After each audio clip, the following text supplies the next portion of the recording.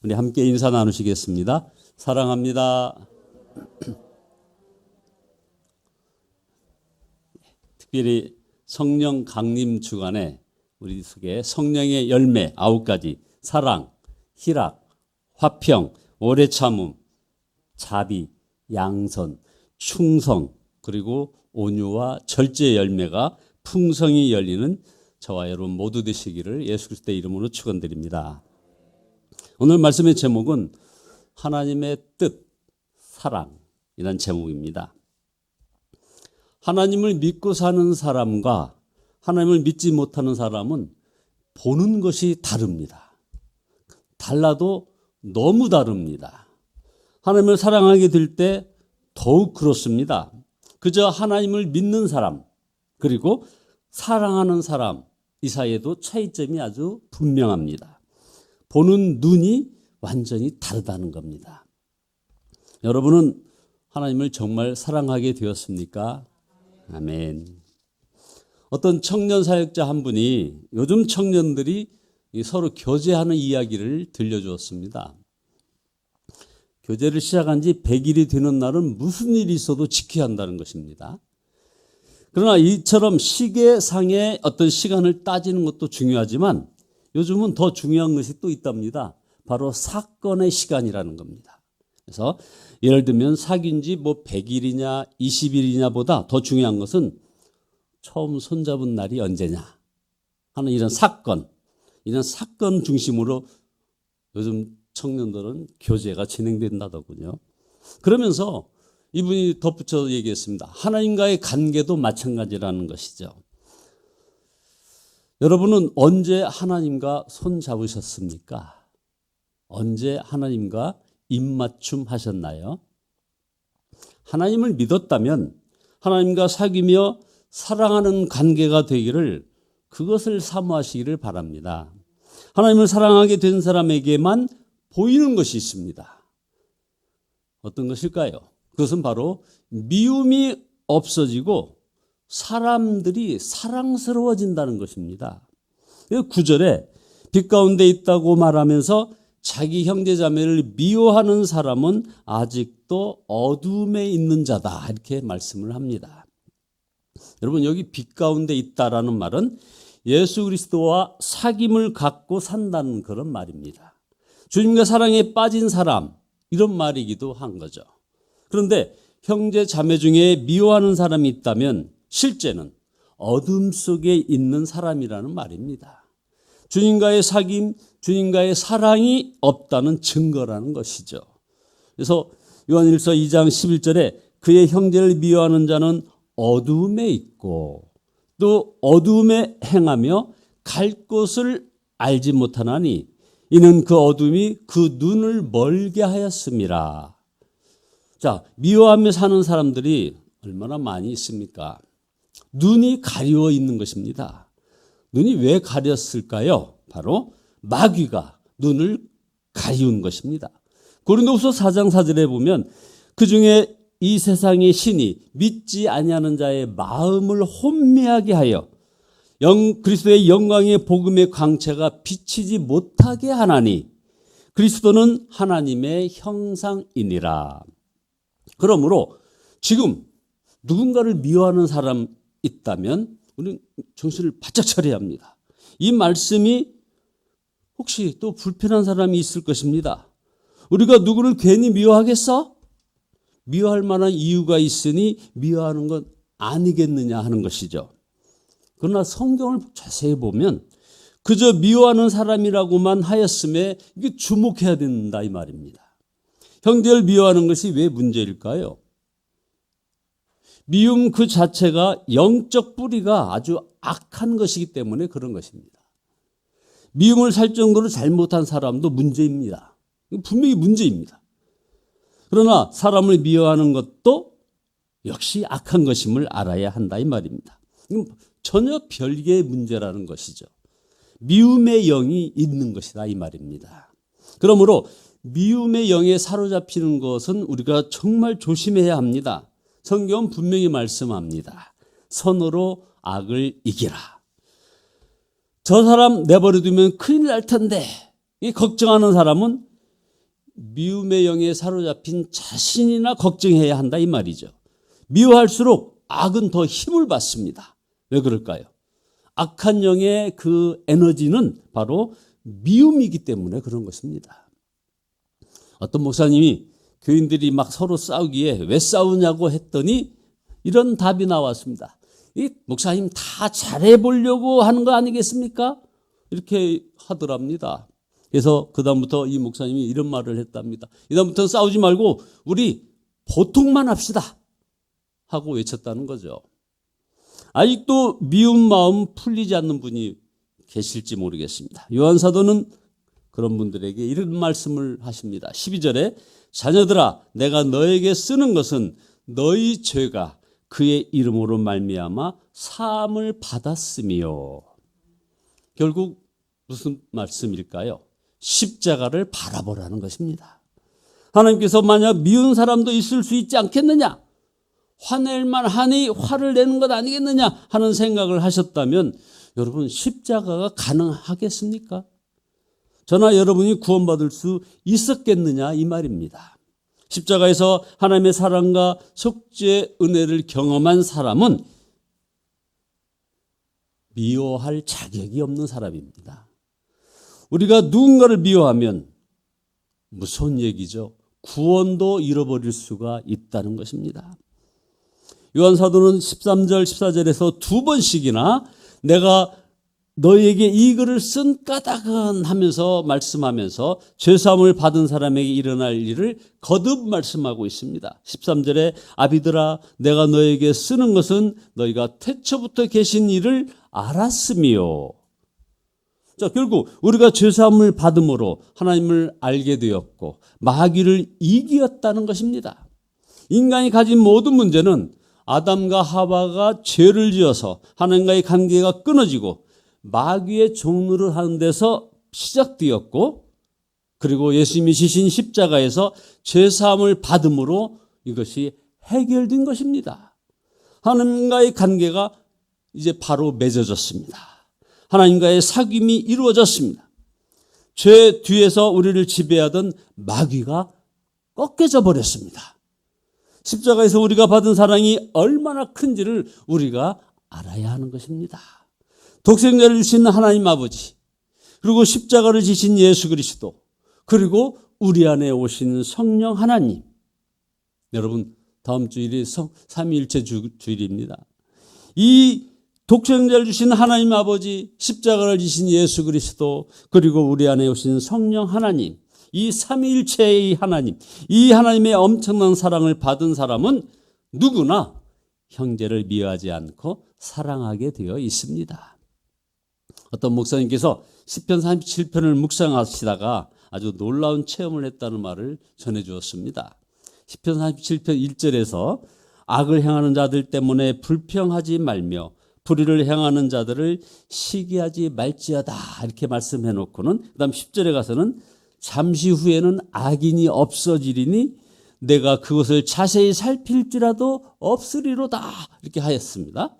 자, 악을 행하는 자가 눈앞에서 다 사라진다는 이 약속은 믿어지지 않는 약속인데 이 약속이 그 목사님께 이루어졌다는 것입니다. 그 목사님이 이렇게 글을 이어갑니다. 어느 순간 주변을 아무리 자세히 살펴봐도 악인이 눈에 띄지 않는 것입니다. 미운 교인이 다 사라진 것입니다. 그때가 어떤 때일까요? 실제로 교인들이 다 착해서일까요? 다 착한 걸로 변해서 그럴까요? 그렇지 않습니다. 제 마음이 은혜로 충만했기 때문입니다. 이렇게 글을 남겼습니다. 아주 중요한 지적이죠. 만일 우리 마음에 미움이나 비판하는 마음이 있다면 그 순간 우리는 이미 예수 그리스도 밖에 있다는 것을 우리가 알아야 합니다. 큰일이 이제 벌어지고 있는 것입니다. 사탄이 막 작용하는 겁니다. 여러분, 앞이 안 보이게 되었다 한번 생각해 보십시오. 그리고 빨리 십자가 안에 그 은혜 안으로 돌아가야 되는 거 아니겠습니까? 하나님과의 사랑에 빠진 사람의 눈으로 보면 아무리 자세히 살펴도 악인이 보이지 않는 것입니다. 둘째로 하나님을 사랑할 때 또 하나 깨달아지는 것이 바로 세상을 사랑하지 않게 되는 것입니다. 우리 함께 읽은 15절 말씀에 너희는 세상에 있는 것들을 사랑하지 말라고 하는 말씀입니다. 여러분 이 말씀 어떻게 들으십니까? 어떤 사람에게는 이 말씀이 좀 불편하고 좀 부담스러울지도 모르겠습니다. 성공해야 되겠다는 꿈과 소원을 가진 사람에게는 혹시 이게 현실 도피적인 생각이 아니냐, 염세주의적 생각이 아니냐, 소극적인 세계관이 아니냐 하는 불만스러운 그런 생각도 가질 수 있을 것입니다. 어떤 자매에게 남자는 다 늑대야, 형제에게 여자는 다 여우야 하는 이런 식처럼 들린다 이 말입니다. 이런 자세로 세상을 잘 살아갈 수가 있겠습니까? 사실 이건 좀 심한 거 아니냐 하는 거죠. 그렇지만 다른 관점에서 보시기 바랍니다. 우리가 결혼하는 신부에게 이제 다른 남자를 사랑하면 안 돼? 이렇게 주례사를 할 수가 있죠. 신랑에게 이제 다른 여자를 생각하면 안 돼? 하는 이 말은 어떻습니까? 옳은 말입니까? 아니면 어떤 거부감을 갖는 말입니까? 아버지가 탕자에게 이제는 세상을 사랑하면 안 돼 하는 말은 어떻나요? 노아가 가족들에게 세상을 사랑하면 안 돼 할 때는 어떨까요? 소돔과 고모라에 사는 롯이 아내와 딸들에게 우리가 비록 이 소돔과 고모라에 살지만 이 땅, 이 소돔과 고모라를 사랑하면 안 돼! 이렇게 할 때는 어떻습니까? 일제강점기 독립운동에 참여했던 아버지가 자녀들에게 야, 결코 세상을 사랑하면 안 된다 하는 말은 또 어떻습니까? 이단이 횡행할 때에 아무 집회나 모임에 가면 안 돼! 하는 것은 또 어떻나요? 그렇습니다. 세상을 사랑하면 안 돼 하는 것은 하나님을 정말 사랑하는 사람에게만 이해가 되고 통하는 그리고 보이는 것이 되는 것입니다. 하나님을 사랑하지 않으면서 세상을 사랑하지 말라는 것은 이건 불가능한 요구이기 때문에 그런 것입니다. 도저히 극복할 수 없는 유혹이 되는 거죠. 그러므로 세상을 사랑하는 사람은 하나님을 사랑하지 않는다는 명백한 증거가 여기 있는 것입니다. 그래서 15절에 누구든지 세상을 사랑하면 아버지의 사랑이 그 안에 있지 아니하니 하는 말씀이죠. 우리는 항상 이것이 하나님에게서 왔는가 세상으로부터 왔는가를 분별해야 합니다. 그래서 16절에 이는 세상에 있는 모든 것이 육신의 정욕과 안목의 정욕과 이생의 자랑이니 다 아버지께로 온 것이 아니요 세상으로부터 온 것이니라. 결국 사라져버릴 것인가 아니면 영원히 남을 것인가 이것을 우리가 분별해야 한다 이 말이죠. 그래서 17절에 이 세상도 그 정욕도 지나가되 오직 하나님의 뜻을 행하는 자는 영원히 거하느니라. 그러나 세상을 사랑하지 말라는 말씀을 어떻게 전해야 할지 이 마음에 좀 큰 돌멩이가 있는 것 같습니다. 사실 우리 성도들이 몰라서 안 하는 것이 아니지 않습니까? 세상은 사랑하여 영원히 살 것이 당연히 아닙니다. 그렇다고 우리가 세상과 담 쌓고 살 것도 아니죠. 세상은 바로 우리들의 사명지가 아니겠습니까? 우리는 세상에 대하여 바로 그리스도의 편지인 것입니다. 여러분, 이제 미운 사람이 없어졌습니까? 세상이 선교지처럼 보이십니까? 그 눈이 뜨이기를 기도합니다. 주님을 사랑하게 되는 것 외에는 미움과 세상에서 우리를 건질 수 있는 것이 없습니다. 온전히 주님만을 바라보기에 힘써야 하는 이유가 바로 여기에 있습니다. 주는 그리스도시요 살아계신 하나님의 아들이로소이다. 항상 이 고백을 염두에 두면서 예수님은 나의 왕이십니다. 이렇게 외치며 살아가시기 바랍니다.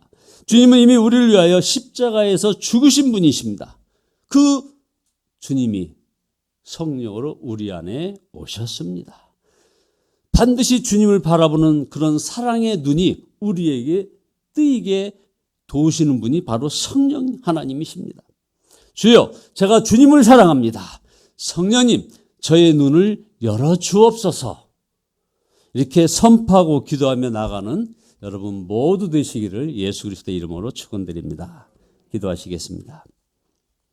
아버지 하나님, 우리 주님께서는 십자가에서 이미 죽으신 분임을 저희들이 고백합니다. 그 주님께서 저희 마음에 오셨음을 감사합니다.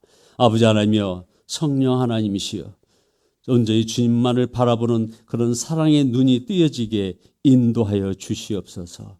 아버지 하나님, 주님과 동행하며 아버지 하나님이여 선포하며 나아가기를 소원합니다. 아버지 하나님, 이곳에 임재하여 주시옵소서. 예수 그리스도의 이름으로 기도드리옵나이다.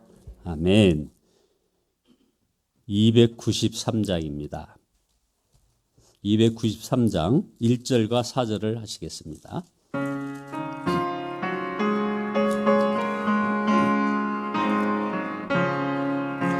주의 사랑 비칠 때의 기쁨 오네. 근심 걱정 물러가고 기쁨 오네. 기도하게 하시며 희미한 것 물리쳐 주의 사랑 비칠 때 기쁨 오네. 그 큰 사랑 내 마음속에 충만하게 비칠 때 찬송하네. 그 큰 사랑 내 마음속에 화평함과 기쁨 주네. 그 큰 사랑 주의 사랑 비칠 때 그 광채가 찬란하게 우리 둘러 비치겠네. 세상 모두 이기고 천국 생활할 때도 주의 사랑 비치네. 그 큰 사랑, 그 큰 사랑 내 마음속에 충만하게 비칠 때 찬송하네. 그 큰 사랑 내 마음속에 화평함과 기쁨 주네. 그 큰 사랑